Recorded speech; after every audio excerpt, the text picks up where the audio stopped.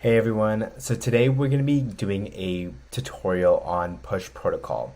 Push protocol is personally one of my favorite protocols out there right now because it addresses a huge barrier that we have in Web3, which is being able to use tools that we can use in our day-to-day lives.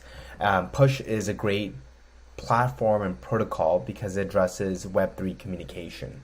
It is a Web3 communication network which enables cross-chain notification and messaging for dApps, wallets, and services.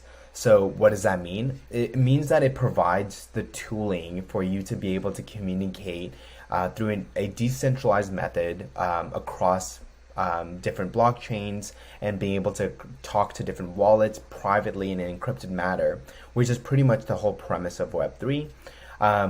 When it comes to building with Push, today in this tutorial we'll be going over the Push SDK.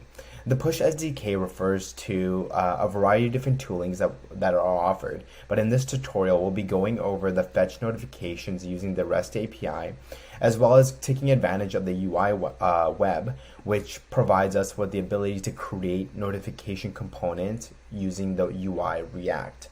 So in this tutorial, we'll be learning more about what Push is, being able to learn more about what it can offer, as well as doing a demo for a tutorial as well that you can use and leverage for hackathons and projects where you implement the Push protocol SDK. So to get started, we're going to be connecting with MetaMask, and this is where we're going to be authenticating to enter this platform, the platform.